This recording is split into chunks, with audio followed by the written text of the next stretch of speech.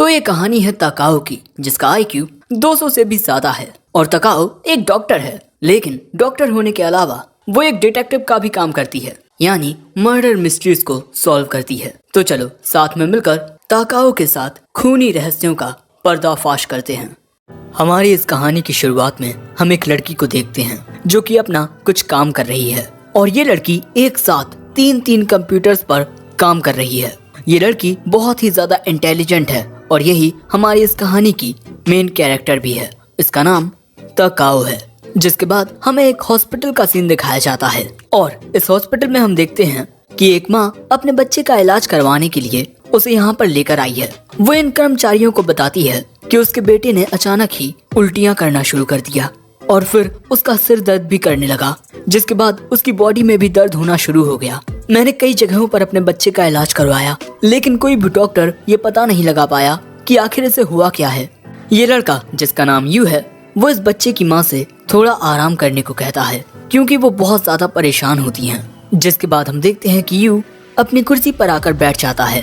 ये लड़की उससे कहती है कि उस बच्चे का सिर दर्द होना, उसे उल्टी आना और बदन दर्द करना, ये सभी कितने अलग अलग सिम्टम्स हैं। कहीं उसे ल्यूपस तो नहीं है? यू कहता है अगर इस बच्चे को वो बीमारी होती तो दूसरे डॉक्टर्स को ये पता चल जाता, लेकिन इतने सारे सिम्टम्स को देखकर लगता है कि ये कोई रेयर न्यूरोलॉजिकल डिसऑर्डर है। जिसके बाद यू उस बच्चे की रिपोर्ट्स को चेक करता है और उस बच्चे की सभी रिपोर्ट्स बिल्कुल नॉर्मल होती हैं। तो फिर आखिर क्यों उस बच्चे को इतना दर्द हो रहा है? दूसरी ओर हम देखते हैं कि वो लड़की, जो कि हमारी मेन कैरेक्टर है, वो अभी भी अपनी रिसर्च कर रही है। और दूसरी ओर ये दोनों एक और पेशेंट के पास आते हैं जिसका पेट बहुत दर्द कर रहा है। तभी माई नाम की ये लड़की उस आदमी से पूछती है कि क्या उसने पिछले कुछ दिनों में कुछ बहुत ही अजीब खाया है। वो आदमी कहता है नहीं, जिसके बाद यू उस आदमी को एग्जामाइन करना शुरू कर देता है। दूसरी ओर हमारी मेन कैरेक्टर काफी घंटों की रिसर्च के बाद अपने खुफिया कमरे से बाहर जाने लगती है, और यहाँ पर यू उस आदमी की रिपोर्ट्स को एनालाइज कर रहा है। लेकिन ऐसा करने से भी उसे कुछ पता नहीं चलता, जिस वजह से उसे लगता है कि अब इन्हें उस आदमी का सीटी स्कैन करना पड़ेगा। लेकिन तभी माई कहती है कि डॉक्टर यू, आप तो इन्वेस्टिगेटिव पैथोलॉजी डिपार्टमेंट के हो, है ना? तो आप इमरजेंसी डिपार्टमेंट में काम क्यों कर रहे हो? यू बताता है कि असल में वो एक हेल्पर है, और क्योंकि इमरजेंसी डिपार्टमेंट के सभी लोग बहुत ज्यादा बिजी थे, इसीलिए उसकी बॉस ने उसे यहाँ मदद के लिए भेजा। जो सुन माई कहती है कि आपकी बॉस तो वो एक हाई स्कूल लड़की की तरह दिखने वाली बहुत ही प्यारी डॉक्टर है ना? जो सुन यू कहता है कि उसके सामने ये कभी मत कहना, क्योंकि इस बात से उसे बहुत गुस्सा आता है। एंड अगले ही पल में हम देखते हैं कि हमारी मेन कैरेक्टर डॉक्टर तकाओ वहीं आ जाती हैं, और वो यहाँ यू को लेने के लिए आई हैं, क्योंकि यू की शिफ्ट 19 मिनट 24 सेकंड में पूरी हो जाएगी। तभी माई पूछती है क्या आप ही वो फेमस डॉक्टर तकाओ हैं? मैं एक फर्स्ट ईयर रेजिडेंट हूँ और मेरा नाम कोनोइके माई है। और वैसे जो डॉक्टर तकाओ हैं वो यू को कोतोरी कहकर बुला रही थी, और इसीलिए माई पूछती भी है कि आप डॉक्टर यू को कोतोरी कहकर क्यों बुला रही थी। सो डॉक्टर तकाओ बताती हैं कि डॉक्टर यू का जो नाम है वो एक छोटी चिड़िया को रिप्रेजेंट करता है, और छोटी चिड़िया को जापानी भाषा में कोतोरी कहते हैं। जो सुन माई कहती है डॉक्टर यू, आप इतने बड़े हो लेकिन आपके नाम का मतलब छोटी चिड़िया है, क्या मैं भी आपको डॉक्टर कोतोरी बुला सकती हूँ? यू कहता है बिल्कुल नहीं। तभी तकाओ कहती है बकवास करना बंद करो, तुम्हारे पास बस 18 मिनट और 28 सेकंड बचे हैं। तभी यू बताता है कि उसका काम यहाँ अभी भी बाकी है। 2 पेशेंट्स की रिपोर्ट समझ नहीं आ रही है, और क्योंकि मैंने उन पेशेंट्स को एग्जामाइन किया है तो ये मेरी जिम्मेदारी बनती है कि मैं उनकी बीमारी का पता लगाऊं। यू की ये बात सुन हम देखते हैं कि डॉक्टर तकाओ खुद उन दोनों पेशेंट्स की रिपोर्ट्स को चेक करने लगती हैं। तभी माई कहती है आप दोनों को देखकर लगता है कि आप दोनों काफी क्लोज हो। लेकिन अगले ही पल में तकाओ वहाँ से उठकर जाने लगती है, और वो सीधा आती है उस बीमार बच्चे के पास, और वो सीधा आकर उस बच्चे को एग्जामाइन करने लगती है। उस बच्चे की माँ पूछती है कि ये लड़की कौन है? यू बताता है कि ये इन्वेस्टिगेटिव पैथोलॉजी डिपार्टमेंट की डायरेक्टर हैं, डॉक्टर तकाओ। और तभी तकाओ कहती है इस बच्चे को हाइपर विटामिनोसिस ए हुआ है, जिसमें सिर दर्द होना, उल्टी होना, बदन दर्द होना, ऐसे ही काफी सारे सिम्टम्स दिखाई देते हैं। विटामिन ए द्रव में अत्यंत घुलनशील होता है। अगर इसकी मात्रा आपकी बॉडी में ज्यादा हो जाती है तब आपकी पूरी बॉडी में दर्द होने लगता है, साथ ही त्वचा और होंठ भी नीले पड़ जाते हैं। और उन्हीं की वजह से सिर दर्द, बदन दर्द और उल्टियाँ आती हैं। और ऐसा हुआ है क्योंकि ये मोहतरमा अपने बच्चे को ब्लूबेरीज स्नैक्स और विटामिन ए के सप्लीमेंट्स खिला रही थी, क्योंकि इस बच्चे की आंखें कमजोर थीं और विटामिन ए से आपकी आंखें तेज होती हैं। लेकिन जैसा इन्होंने सोचा था वैसा नहीं हुआ, क्योंकि इस बच्चे की बॉडी में विटामिन ए की मात्रा बहुत ज्यादा हो चुकी थी और इसी वजह से ये बच्चा बीमार पड़ गया। तकाओ कहती है कि आपको अपने बच्चे को एक सही मात्रा में ही विटामिन ए खिलाना चाहिए। ज्यादा खिलाने से इसकी आंखें तो ठीक नहीं होंगी, बल्कि ये इसी तरह से हमेशा बीमार पड़ता रहेगा। और ये सब बताने के बाद तकाओ वहाँ से चली जाती है और इसके बाद वो सीधी आती है इस दूसरे पेशेंट के पास जिसका पेट दर्द कर रहा है। उस आदमी का बैग देख तकाओ कहती है, क्या आज आपने कोई मछली खाई थी? वो आदमी कहता है, हाँ, सार्डाइन फिश। जो सुन तकाओ समझ जाती है कि इस आदमी को एनीसाकियासिस हुआ है, यानी कि इसके पेट में उस मछली के जरिए कोई पैरासाइट आ गया है। इसीलिए तकाओ एक ऐसे डॉक्टर को बुलाने को कहती है जो इसके पेट का सही से इलाज करे। लेकिन तभी माई पूछती है, आपको पता कैसे चला कि इसे एनीसाकियासिस हुआ है? वो कहती है, इसके सिम्टम्स और मेरी ऑब्जर्वेशन के जरिए इसके चेहरे के आधे सांवले रंग को देखकर मैं समझ गई कि ये आदमी बाहर काम करने की वजह से धूप से बचने के लिए टोपी लगाता है, और क्योंकि इस आदमी को चलने के लिए लकड़ी की जरूरत पड़ती है तो इसका मतलब ये है कि ये काफी उम्रदराज है, तो इतना बुरा आदमी कोई काम तो नहीं कर पाएगा। इसीलिए मुझे लगा कि ये आदमी मछली पकड़ने के लिए धूप में बहुत देर तक बैठा रहता होगा। साथ ही मैंने ये भी नोटिस किया कि इस आदमी के हाथ पर उंगली के पास इसे थोड़ी चोट आई है, और ऐसी चोटें अक्सर मछली में फंसे हुए कांटे को निकालते वक्त लग जाती हैं। ये आदमी भूखा था, इसने जैसे ही मछली पकड़ी और उसे खा लिया, और उसी मछली के जरिए कोई पैरासाइट इसके पेट में पहुंच गया और इसी वजह से इसके पेट में दर्द होने लगा। और ये सब सुन माई तकाओ से इम्प्रेस हो जाती है कि वो कितनी स्मार्ट है। और फिर जैसे ही वहाँ पर यू आता है, डॉक्टर तकाओ कहती है, तो अब हम अपने डेली टाइम के अकॉर्डिंग ही अपना स्टडी सेशन कर सकते हैं। तभी माई कहती है, क्या मैं भी आपके साथ इस स्टडी सेशन को ज्वाइन कर सकती हूँ? तकाओ कहती है, हाँ क्यों नहीं। लेकिन इसके बाद तकाओ बताती है कि उसका ये स्टडी सेशन जुरासिक पार्क पर होने वाला है, और उसकी ये बात सुन माई बहुत हैरान हो जाती है। जिसके बाद तकाओ बताती है कि कोतोरी ने एक डायगोनोस्टिशियन होने के बावजूद भी अब तक इस टीरेनोसोरस के बोन स्ट्रक्चर को नहीं देखा है, और ये मेरी ड्यूटी बनती है कि मैं अपने चेले को सब कुछ सिखाऊं। लेकिन तभी कोतोरी को एक कॉल आता है, इनके लिए एक इमरजेंसी पेशेंट आया है। वो एक 20 साल का लड़का है और इन्हें रिपोर्ट मिली थी कि कंस्ट्रक्शन साइट के पास कोई आदमी बेहोश पड़ा है। और जब हम वहाँ पहुँचे तब हमने देखा कि उस लड़के का एक पैर कटा हुआ है। इस वक्त हम लोग उसे सीपीआर के जरिए होश में लाने की कोशिश कर रहे हैं। जो जान यूं कहता है, पेशेंट के यहाँ आते ही हम अपना काम शुरू कर देंगे। पैर कटने की वजह से उसका काफी खून बहा होगा, इसीलिए खून का इंतजाम करो। लेकिन तभी तकाओ आकर पूछती है कि कोतोरी, हमारे स्टडी सेशन का क्या? वो कहता है कि एक इमरजेंसी पेशेंट आया है, मुझे उसे एग्जामाइन करना होगा। स्टडी सेशन तो हम बाद में भी कर सकते हैं। लेकिन ये सुन तकाओ मुंह फुला लेती है। जिसके बाद हम देखते हैं कि उस पेशेंट को एम्बुलेंस से निकालकर हॉस्पिटल के अंदर ले जाया जाने लगता है। कोतोरी यहाँ नोटिस करता है कि उस लड़के के पैर के पास नीला रंग डला हुआ है, और इसके बाद हम देखते हैं कि उस लड़के को ऑपरेशन रूम तक लाया जाता है, और जैसे ही उसके ऊपर से कपड़ा हटाया जाता है, सभी लोग उस लड़के का जख्म देखकर हैरान हो जाते हैं, क्योंकि उसके पैर को देखकर ऐसा लग रहा था कि उसे किसी जानवर ने अपने जबड़ों के जरिए उखाड़ा हो। जिसके बाद उस लड़के के मुंह से सीपीआर का ट्यूब हटाते हैं। लेकिन जब कोतोरी उस आदमी को सही से देखता है और फिर उसकी आंखें चेक करता है, तब पता चलता है कि ये लड़का मर चुका है, जिस वजह से कोतोरी को दुख होता है। और इसके बाद वो कहता है कि इस लड़के की जान जा चुकी है, इसके आगे पुलिस सब संभालेगी। लेकिन तभी एक नर्स इन्हें कुछ बताती है, और अचानक चौंकने की वजह से एक खून से भरा इंजेक्शन नीचे गिर जाता है, और हम देखते हैं कि उस इंजेक्शन में भरे खून का रंग नीला होता है। और तभी यह आदमी कहता है, मैंने आपको फोन पर बताने की कोशिश की थी कि इस लड़के के खून का रंग नीला है। तभी उस जगह पर ताकाओ आ जाती है। वो आते ही कहती है, नीला खून, और पैर के जख्म को देखकर लगता है कि इसके पैर को किसी जानवर ने काटा है, और उस जानवर का जबड़ा बहुत ही बड़ा रहा होगा।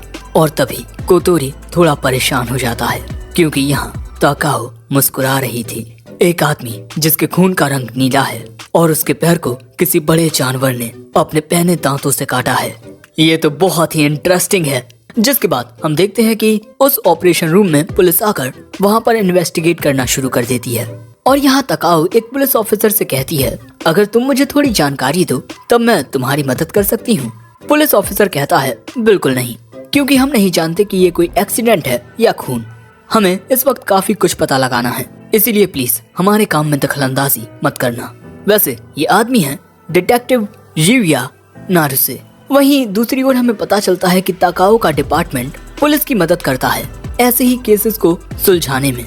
जिसके बाद हम देखते हैं कि ताकाओ, कोतोरी और माई टेरेस पर आते हैं और यहाँ पर माई को देखने को मिलता है ताकाओ का investigative pathology department medical office, साथ ही ताकाओ का घर भी। और ताकाओ के घर के अंदर हम देखते हैं कि उसकी हालत कैसी है। यहाँ पर सिर्फ काम का सामान है। कोतोरी कहता है, जैसे चुड़ैलों के अपने घर हुआ करते थे जिनमें वो अपना काम का सारा सामान रखती थी, ताकाओ भी वैसी ही है। जिसके बाद हम देखते हैं कि यहीं बैठकर ताकाओ अपनी रिसर्च करने लगती है। वो देख रही है कि कहीं कोई बड़ा सा जानवर जंगल से शहर में तो नहीं आ गया, जैसे शेर या मगरमच्छ। वो यहाँ जानने की कोशिश कर रही है कि उस लड़के की मौत कैसे हुई थी। कोतोरी कहता है कि उसे ये काम पुलिस पर छोड़ देना चाहिए, लेकिन वो कहती है कि उस पेशेंट की जिम्मेदारी तुमने ली थी और तुम मेरे चेले हो, तो इनडायरेक्टली उस पेशेंट की जिम्मेदारी मुझ पर थी और अब मैं पता लगा रही हूँ कि मेरे पेशेंट के साथ आखिर हुआ क्या था। कोतोरी कहता है, तुम बस जानना चाहती हो कि उस आदमी के साथ हुआ क्या है ना? ताकाओ की आंखों में हम देख सकते हैं कि वो सच जानने के लिए कितनी उत्सुक है। वो जानना चाहती है कि उस लड़के का खून नीला क्यों था और वो कौन सा इतना बड़ा जानवर था जिसने उस लड़के के पैर को उखाड़ दिया। लेकिन तभी ताकाओ को किसी का कॉल आता है, लेकिन फोन पर बात करते ही ताकाओ थोड़ी सीरियस हो जाती है। जिसके बाद हमें मेडिकल डायरेक्टर का रूम दिखाया जाता है, जो कि ताकाओ के अंकल हैं और उन्हीं ने ताकाओ को बुलाया है उसी पेशेंट के ऊपर बात करने के लिए जिसकी मौत 2 घंटे पहले हुई। और वो ताकाओ से कहते हैं कि वो इस केस में इन्वॉल्व ना हो, भले से ही उसका इन्वेस्टिगेटिव पैथोलॉजी डिपार्टमेंट पेशेंट्स के एग्जामाइनिंग केसेस के लिए रिस्पॉन्सिबल हो। ताकाओ कहती है कि वो सच जानना चाहती है। उसके अंकल कहते हैं कि तुम एक फिजिशियन हो, ना कि कोई डिटेक्टिव, और तुम्हें अपने काम पर ध्यान देना चाहिए। और ये बातचीत अब यहीं खत्म होती है। जिसके बाद हम देखते हैं कि ताकाओ बाहर आकर गुस्से में दीवार में लाते मारने लगती है और इसके बाद वो कोतोरी से कहती है, कल रात तुम फ्री हो ना, मैं इस केस को सॉल्व करूंगी। जिसके बाद ना चाहते हुए भी कोतोरी को ताकाओ के साथ जाने के लिए हाँ कहना पड़ता है, वरना वो उसे वहीं कूट देती। जिसके बाद अगली रात और यहाँ हम ताकाओ और कोतोरी को एक कार में देखते हैं। बेचारे कोतोरी की रात खराब हो गई और ताकाओ तो मस्त आराम से कुकीज खा रही है। दूसरी ओर हम देखते हैं कि जहाँ पर वो लड़का पुलिस को जख्मी मिला था, वहाँ पर पुलिस अभी भी निगरानी कर रही है। कोतोरी वहीं से धीरे से अपनी कार निकालता है। यहाँ पर ताकाओ हर एक चीज को सही से नोटिस कर रही थी। दूसरी ओर उसे कुछ लोग भी देखने को मिलते हैं जो वहीं पर खड़े हुए थे। जिसके बाद कोतोरी एक जगह पर आकर अपनी कार को पार्क करता है। हम देखते हैं कि ताकाओ सीधा कार से बाहर निकलकर सड़क की ओर जाने लगती है। वो सीधा सड़क के दूसरी ओर आती है। कोतोरी भी उसके पीछे पीछे आता है। वो यहाँ एक कन्वीनियंस स्टोर के पास आई है क्योंकि यहाँ पर ये दोनों डिटेक्टिव खड़े हुए हैं। लंबू का नाम रियुया है और छोटू का नाम किमियासु। और ताकाओ इन्हें पहले से जानती है क्योंकि वो पहले भी इनकी काफी मदद कर चुकी है। किमियासु कहता है, तो डॉक्टर ताकाओ आप यहाँ क्या कर रही हैं? ताकाओ कहती है, जो तुम कर रहे हो यहाँ पर इन्वेस्टिगेशन कि आखिर क्यों उस लड़के का खून नीला था, और मैं यहाँ पर तुम्हारी मदद करने के लिए आई हूँ। लेकिन किमियासु कहता है, आखिर तुम क्या कह रही हो, हम तो यहाँ पर बस ऐसे ही घूम रहे हैं। ताकाओ कहती है, ओहो, एक स्पेशलिस्ट डिटेक्टिव ऐसे ही बिना किसी कारण के एक कन्वीनियंस स्टोर के बाहर घूम रहे हैं। मुझे बनाओ मत, मैं जानती हूँ कि तुम यहाँ पर ये पता लगाने के लिए आए हो कि उस आदमी का खून हुआ है। किमियासु कहता है, शायद तुमने सही कहा, लेकिन मैं यहाँ तुम्हें कुछ बताने वाला नहीं हूँ जब तक कि तुम मुझे कुछ ना बताओ। अगर तुम मुझे कुछ जानकारी देती हो तो हो सकता है कि मेरी जुबान फिसल जाए और मैं तुम्हें कुछ बता दूं। जिसके बाद ये दोनों ही बिल्कुल एक जैसा हंसते हैं और ताकाओ कहती है, मेरे पास जो सबसे अच्छी जानकारी है मैं तुम्हें वो देती हूँ, चलो मेरे पीछे आओ। जिसके बाद हम देखते हैं कि ताकाओ इन सभी को अपने पीछे एक पार्क की ओर ले जाने लगती है, द कुरुमे लेक पार्क। और इससे थोड़ी ही आगे म्यूजियम है और ये जगह काफी फेमस है। इस जगह को पिछले 3 महीनों से रीमॉडल किया जा रहा है और कल इसकी ओपनिंग है। और जहाँ पर उस लड़के की बॉडी मिली थी वो कंस्ट्रक्शन साइट इस जगह पर मौजूद म्यूजियम के बिल्कुल पीछे है। और क्या तुम जानते हो कि आखिर वो क्या था जिसने उस लड़के के पैर को उखाड़ दिया? उसे देखने पर साफ पता चल रहा था कि ये काम किसी जानवर का है। डिटेक्टिव रियुआ कहते हैं, हम ये बात 100% श्योर होकर नहीं कह सकते क्योंकि अभी कुछ रिपोर्ट्स आना बाकी है, लेकिन हाँ, हो सकता है कि इस बड़ी सी जगह पर कुछ कुत्ते हों। लेकिन कोतोरी कहता है, मुझे नहीं लगता कि कोई कुत्ता किसी इंसान के पैर को उखाड़ पाएगा और आज के टाइम पर ऐसा कोई जानवर नहीं है जिसका जबड़ा इतना बड़ा हो कि वो इंसान के पैर को उखाड़ दे। ताकाओ कहती है, लेकिन मैं एक ऐसे क्रिएचर को जानती हूँ जिसका जबड़ा इतना बड़ा है और मैं अभी तुम्हें उसी तक लेकर जा रही हूँ। जो सुन ये तीनों हैरान हो जाते हैं और इसके बाद ताकाओ आगे बढ़ते हुए बताती है कि वो लेरा मीडिया नाम के आइलैंड कॉन्टिनेंट में मास्ट्रिक्टियन एज में रहता था। कितनी अजीब बात है ना, आज से लगभग 66 मिलियन ईयर्स अगो वो जानवर इसी धरती पर दौड़ता होगा और इस वक्त वो जानवर हमारी आंखों के सामने है। यही है वो जिसने उस लड़के के पैर को अपने जबड़े से उखाड़ दिया, द टीरानोसोरस रेक्स। क्या ये काम एक डायनासोर का है जो आज से 66 मिलियन साल पहले जिंदा था? अगले सीन में हमें एक रेस्टोरेंट का सीन दिखाया जाता है और यहाँ हम इन चारों को खाना खाते हुए देखते हैं और यहाँ किमियासु बताते हैं कि उन्होंने उस स्केलेटन के जबड़े की अच्छे से जांच की है और इन्हें पता चला है कि उस लड़के का पैर उसी टीरानोसोरस रेक्स ने उखाड़ा है। लेकिन मैं आपसे पूछना चाहता हूँ कि तुम्हें ये क्यों लगा कि ये काम टीरानोसोरस रेक्स का है? ताकाओ कहती है, मेरी ऑब्जर्वेशन के जरिए उसके कटे हुए पैर को देखकर ये साफ जाहिर हो रहा था कि उसके पैर को किसी बड़े से जानवर ने अपने जबड़े में दबाकर उखाड़ा है। लेकिन आज के दौर में इतने बड़े जबड़े वाले जानवर बहुत ही कम हैं और क्योंकि हम लोग समुद्र से बहुत ज्यादा दूर हैं, इसीलिए किसी शार्क का उस पर हमला करना ये तो लगभग नामुमकिन था।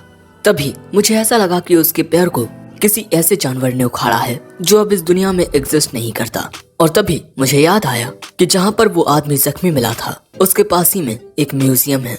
जो सुन डिटेक्टिव रियुआ कहते हैं, आपकी ये बात कोई सेंस नहीं बनाती, आखिर वो स्केलेटन कैसे किसी पर हमला कर सकता है? ताकाओ कहती है, यही तो मैं भी जानना चाहती हूँ। वैसे डिटेक्टिव किमियासु, अब आपकी बारी है मुझे इन्फॉर्मेशन देने की। आप मुझे ये बताइए कि फ्राइडे के दिन वो स्केलेटन कहाँ था? किमियासु बताते हैं कि उस दिन उस स्केलेटन को फिर से जोड़ा जा रहा था, लेकिन दोपहर में बारिश होने की वजह से उन्हें अपना ये काम रोकना पड़ा और फिर आज शाम को ही उसे पूरी तरह से जोड़ा गया है। और बात की जाए अगर उस लड़के की, तो उसका नाम कुमाते कोउसुके है और छेड़खानी के जुर्म में वो पहले जेल भी जा चुका है और जेल से छूटने के बाद वो बदमाशों के एक ग्रुप में शामिल हो गया। और जख्मी हालत में उस लड़के को सबसे पहले देखने वाला मनाबे जीरो नाम का एक 50 साल का आदमी था जो कंस्ट्रक्शन साइट का सुपरवाइजर है। जो सुन कोतोरी पूछता है, तो इसी आदमी ने एम्बुलेंस को इमरजेंसी कॉल किया होगा, है ना? किमियासु बताते हैं कि नहीं, सबसे पहले वो आदमी म्यूजियम के पास ही में मौजूद एक प्राइवेट क्लिनिक में गया और वहाँ के डॉक्टर हाचिसुका एक बहुत ही होनहार फिजिशियन है, इसीलिए वो आदमी विक्टिम को एग्जामाइन करने के लिए डॉक्टर को उसी जगह पर लाया। जिसके बाद डॉक्टर ने एम्बुलेंस को इमरजेंसी कॉल लगाया क्योंकि डॉक्टर हाचिसुका वहाँ पर कुछ नहीं कर सकते थे। लेकिन ये सारी बातें सुन हम देखते हैं कि ताकाओ खड़ी होती है और टेबल से बाहर आकर वहाँ से जाने लगती है। कोतोरी पूछता है कि तुम कहाँ जा रही हो? वो बताती है कि हाचिसुका क्लिनिक।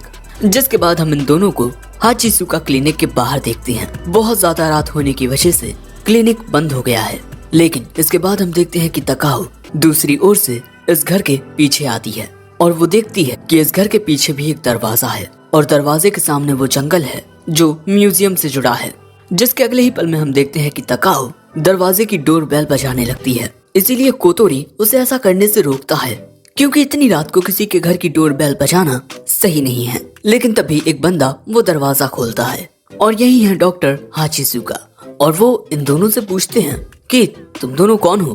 ताकाओ बताती है कि मैं तेनिकाई जनरल हॉस्पिटल में इन्वेस्टिगेटिव पैथोलॉजी डिपार्टमेंट की डायरेक्टर हूँ। ताकाओ, और तभी वहाँ पर ये दोनों डिटेक्टिव ऑफिसर्स आ जाते हैं। तभी ताकाओ पूछती है, डॉक्टर आपने जब उस आदमी को जख्मी देखा तब आपने उसका इलाज क्यों नहीं किया? वो कहते हैं कि उस लड़के का एक पैर कटा हुआ था और उसके दिल की धड़कनें भी थम चुकी थी और उस दिन मेरा क्लिनिक बंद था, इसीलिए यहाँ पर कोई नर्स भी नहीं थी। आखिर मैं कैसे उसका इलाज करता? ये सब सुन तकाओ कहती है, आपने सही कहा। जिसके बाद वो वहाँ से जाते हुए किमियासु से कहती है कि कल सुबह वो म्यूजियम के पास जाकर वहाँ पर इन्वेस्टिगेशन करे। वहाँ पर उसे कल्प्रिट के बारे में काफी बड़ा एविडेंस मिलेगा। जिसके अगले सीन में हम देखते हैं कि तकाओ इन सभी को जंगल के एक घने रास्ते से म्यूजियम की ओर ले जा रही है और तभी वो कहती है कि उस लड़के की मौत के पीछे एक बहुत बड़ा केस छुपा है। कोतोरी, क्या तुम्हें वो लोग याद हैं जो कंस्ट्रक्शन साइट के पास तब खड़े हुए थे जब हम वहाँ से गुजरे? और इसके अलावा कल डिटेक्टिव रियुया ने तकाओ से कहा था कि इस वक्त वो एक दूसरे बड़े केस में उलझे हुए हैं। तकाओ कहती है कि आपकी 4th डिवीजन की police force organised crime department की है ना? इसका मतलब कि जो लोग कंस्ट्रक्शन साइट के पास खड़े हुए थे वो लोग भी पुलिस ऑफिसर्स ही थे। लेकिन कोतोरी पूछता है कि वो लोग वहाँ क्या कर रहे थे? तकाओ कहती है कि जरा याद करो, कल इसी एरिया में एक और इंसिडेंट हुआ था। कोतोरी याद करने की कोशिश करता है, उसे याद आता है द नेरिमा शूटिंग। तकाओ कहती है बिल्कुल सही, एक ऐसा खतरनाक इंसिडेंट जिसमें काफी सारे मासूम लोगों की जानें खतरे में पड़ सकती थी और उस जगह पर गोलियां चलाने वाला शख्स कुमादे था। कुमादे उसी लड़के का नाम है जिसका पैर उखड़ा हुआ था और उसने जिस पर गोली चलाई वो एक याकुजा मेंबर था। इसीलिए पुलिस को ये लगता है कि किसी याकुजा ने ही कुमादे से बदला लेने के लिए उसकी जान ले ली। और क्योंकि कुमादे भी एक याकुजा गैंग का मेंबर था, इसीलिए अगर इस केस को जल्द ही सॉल्व नहीं किया गया तब उन दोनों गैंग्स के बीच एक ऑल आउट वॉर हो सकती है। किमियासु कहते हैं, आपने बिल्कुल सही कहा डॉक्टर तकाओ। कुमादे ने एक याकुजा पर फायरिंग की थी जिससे वो बहुत जख्मी हो गया था, लेकिन उसकी जान नहीं गई। लेकिन उस याकुजा के साथियों ने कुमादे को पकड़ लिया और फिर उसकी जान ले ली। इस वक्त हमें तो ऐसा ही लग रहा है। तकाओ पूछती है, जब उस याकुजा के साथियों ने कुमादे पर फायरिंग की तब क्या वो उससे जख्मी हुआ? किमियासु कहते हैं, हाँ वो जख्मी हुआ था और जो हमें उसके खून के निशान मिले हैं वो नॉर्मल लाल रंग के थे। जो सुन तकाओ मुस्कुराती है और आगे बढ़ते हुए कहती है, वैसे तुम लोग म्यूजियम जाने ही वाले थे है ना, ये जानने के लिए कि म्यूजियम के पीछे के दरवाजे का लॉक क्यों टूटा हुआ है। कोतोरी पूछता है, क्या तुम्हें सच का पता चल चुका है? वो कहती है, मेरे दिमाग में एक काफी अच्छी थ्योरी आ रही है, लेकिन मैं ये नहीं कह सकती कि यही सच है, इसीलिए पहले मैं इसकी सही से पुष्टि करना चाहती हूँ। जिसके बाद म्यूजियम के पास आकर तकाओ म्यूजियम के पीछे का दरवाजा खोलती है और इसके बाद वो वहाँ पर रखी हुई एक सीढ़ी के पास आती है और यहाँ पर तकाओ को जो मिला वो देख कोतोरी भी हैरान हो जाता है, क्योंकि यहाँ पर विक्टिम का खून था। जो जान किमियासु कहता है, इसका मतलब कुमादे को यहाँ तक लाया गया, लेकिन आखिर किस लिए? तकाओ कहती है, हमें इसी का तो जवाब चाहिए और ये खून हमें हमारे जवाब तक लेकर जाएगा। और ये खून जा रहा था इक्विपमेंट स्टोरेज रूम की ओर। उस रूम के अंदर आकर ये लोग देखते हैं कि यहाँ पर काफी सारा नीला लिक्विड डला हुआ है, लेकिन तभी तकाओ उस नीले पदार्थ को अच्छे से देखती है और इसके बाद उस कमरे से बाहर आकर अपने सामने देखती है, जहाँ एक ओर बाहर जाने का रास्ता था और दूसरी ओर एक और दरवाजा। ये लोग उस दूसरे कमरे के अंदर आते हैं और यहाँ आकर तकाओ देखती है कि ये म्यूजियम है और यहीं पर वो टीरेनोसोरस रेक्स का स्केलेटन रखा हुआ है। और ये देखने के बाद तकाओ के दिमाग में सारी कड़ियां आपस में जुड़ने लगती हैं। उसे सब कुछ सुनाई और समझ आने लगता है और अब प्रेजेंट में सारी कड़ियां जुड़ने के बाद तकाओ सब कुछ समझ जाती है कि आखिर क्यों कुमादे के खून का रंग नीला था। आखिर कैसे टीरेनोसोरस रेक्स के स्केलेटन ने कुमादे के पैर को उखाड़ा। ये मिस्ट्री यहाँ पर सॉल्व हो चुकी है और इसके अगले सीन में हम देखते हैं कि कोई शख्स पीछे के दरवाजे से म्यूजियम में घुसता है और वो इक्विपमेंट रूम को खोलने की कोशिश करता है, लेकिन उस कमरे का दरवाजा नहीं खुलता। जिसके बाद वो सीधा एक्वेरियम की ओर भागता है और यहाँ पर ये दोनों पहले से ही मौजूद थे। किमियासु कहती हैं, ओह तो तुम आ ही गए। ये खूनी चारों ओर से घिर चुका है। तभी तकाओ कहती है, इस केस को सॉल्व करने के लिए हमें हर एक चीज को सही से जानना होगा कि आखिर कैसे टीरेनोसोरस ने कुमादे के पैर को उखाड़ा और आखिर क्यों कुमादे का खून नीला था। और स्टोरेज रूम में हमें जो नीला पदार्थ मिला और कुमादे ने जिस याकुजा पर गोली चलाई वो क्यों? तो अब आप बताना शुरू करेंगे डॉक्टर हाचिसुका, यानी कि दोस्तों खूनी डॉक्टर हाचिसुका हैं। जिसके बाद तकाओ कहती है, कोतोरी तुम्हें क्या लगता है आखिर किसी का खून नीला क्यों होगा? वो कहता है शायद कोई ऐसी बीमारी जो तुम्हारे खून को नीला कर दे।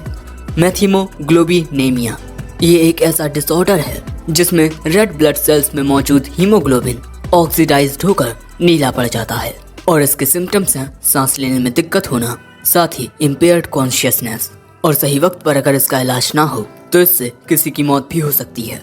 लेकिन कुमादे को ये बीमारी तब नहीं थी जब वो गोली से जख्मी हुआ, लेकिन तब थी जब उसकी मौत हुई। एक आदमी जो किसी से बचकर भाग रहा हो और उसे गोली लगी हो, वो आगे क्या करेगा? किमियासु कहते हैं डॉक्टर के पास जाएगा। तकाओ कहती है बिल्कुल सही। मेथिमोग्लोबिनेमिया अचानक ही अपने सिम्टम्स दिखाना तब शुरू करती है जब कोई शख्स पॉइजन्ड हो जाए, लेकिन कभी कभार ये प्रोकेन और लाइडोकेन नाम के ड्रग्स की वजह से भी हो सकती है, और ये ड्रग्स असल में लोकल एनेस्थेटिक्स हैं।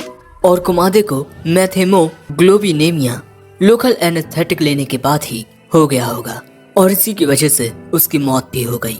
तकाओ कहती है कि अगर कुमादे इलाज के लिए सही हॉस्पिटल में जाता तब उसकी मौत नहीं होती। कुमादे को कोई नॉर्मल इंजरी नहीं थी बल्कि उसे गोली लगी थी, लेकिन अगर वो किसी अच्छे हॉस्पिटल में जाता तब डॉक्टर्स ये जानकर कि कुमादे को गोली लगी है पुलिस को कॉल करते।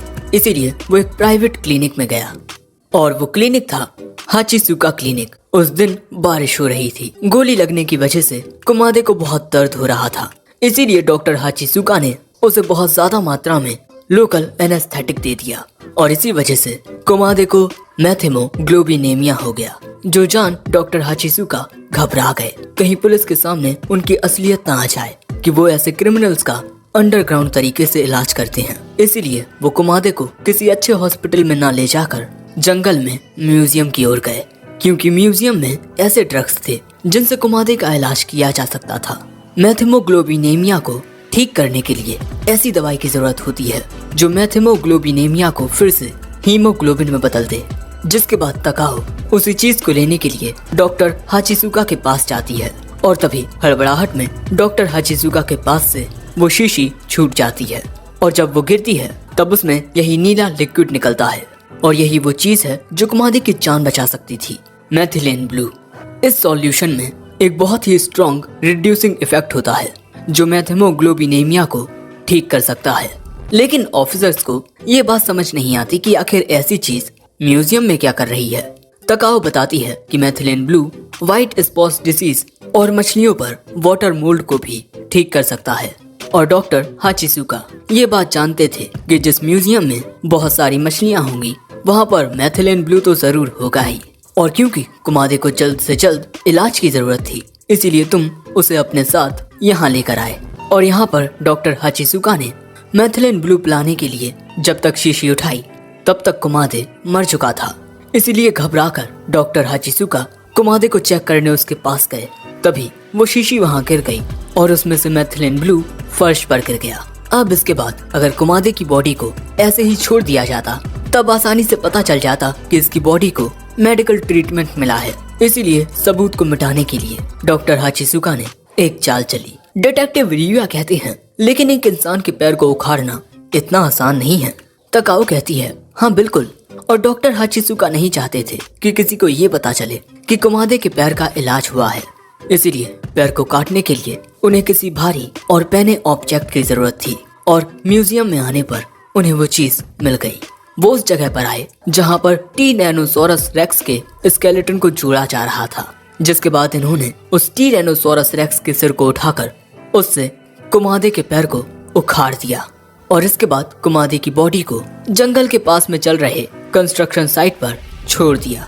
लेकिन फिर जब किसी को कुमादे की बॉडी दिख गई और वो तुम्हारे पास आया तब तुमने इसी बात का फायदा भी उठाया।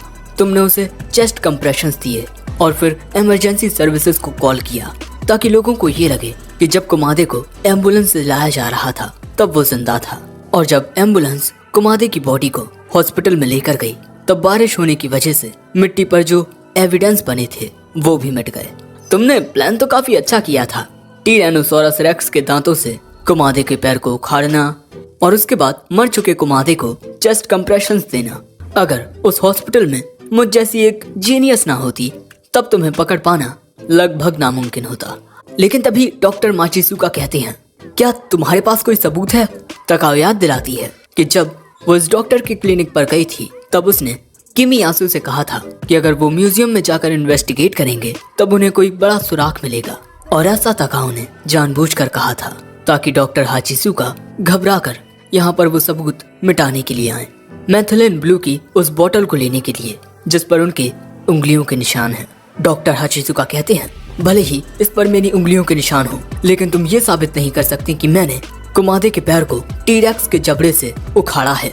तकाओ कहती है, तुम्हें इसीलिए थोड़ी अरेस्ट किया जाएगा क्योंकि तुम कुमादे की बॉडी को डैमेज करके उसे अकेला छोड़कर चले गए, बल्कि तुम्हें अरेस्ट इसीलिए किया जाएगा क्योंकि तुम कुछ चुराने के लिए म्यूजियम में घुसे और रूल्स को तोड़ा, जिसके बाद तुम्हारे क्लिनिक की अच्छे से छानबीन की जाएगी जहां पर कुमादे के फिंगरप्रिंट्स और खून के निशान मिल सकते हैं, या हो सकता है उसका कटा हुआ पैर ही मिल जाए। ये सारी बातें सुन डॉक्टर हाचिसुका वहीं अपने घुटनों पर गिर जाता है और किमियासु कहता है, हमारी इतनी मदद करने के लिए शुक्रिया डॉक्टर तकाओ। इसके बाद हम देखते हैं कि तकाओ कोतोरी के साथ यहाँ से जाने लगती है, लेकिन क्योंकि डॉक्टर हाचिसुका तकाओ की वजह से पकड़ा गया है, वो उस पर हमला करने के लिए उसकी ओर तेजी से भागता है। लेकिन इससे पहले कि वो तकाओ को मारता, कोतोरी उसके हमले को रोक लेता है और इसके बाद एक कुंफू पोज में आकर हाचिसुका के पेट में एक बहुत ही जोरदार मुक्का मारता है, जिस वजह से इनके मुंह से पानी फेंक जाता है और ये वहीं गिर पड़ता है। लेकिन इसके बाद तकाओ उसमें लाते मारने लगती है कि तुम मुझ पर हमला करने आ रहे थे, जिसके बाद कोतोरी और तकाओ घर पर आते हैं और हम देखते हैं कि कोतोरी काफी सारा सामान लिए हुए हैं, लेकिन घर पर एक लड़की तकाओ का इंतजार कर रही थी। ये तकाओ की बहन है। तकाओ पूछती है कि आप इतनी रात में यहाँ क्या कर रही हो? वो कहती हैं कि तुम घर पर नहीं थी, तुमने मेरे फोन कॉल का कोई जवाब भी नहीं दिया, इसीलिए मुझे तुम्हारी चिंता हो रही थी कि इतनी रात को तुम कहाँ गई हो। डॉक्टर यू, मेरी बहन की वजह से आपको बहुत दिक्कत होती होगी, मैं उसकी ओर से माफी मांगती हूँ। कोतोरी कहता है, कोई बात नहीं। दोस्तों, तकाओ ने अपनी बहन से वादा किया था कि अब वो अपने खान पान का सही से ख्याल रखेगी और ज्यादा स्वीट्स नहीं खाएगी, लेकिन उसने यहाँ पर अपना वादा तोड़ा है क्योंकि वो इतना सारा सामान लेकर आई है। इसीलिए डॉक्टर यू, क्या मैं अपनी बहन के साथ थोड़ी बात कर सकती हूँ? और इसके बाद वो कोतोरी को यहाँ से ले जाती हैं और ये देख कोतोरी कहता है, हो गया हमारा स्टडी सेशन। और वैसे दोस्तों, कोतोरी 6 साल कराटे क्लब में रह चुका है, उसे बहुत अच्छे से कराटे आता है। और हाँ, हमारा ये पार्ट यहीं एंड होता है। कमेंट में बताना कि वीडियो कैसा लगा। अगर पसंद आया हो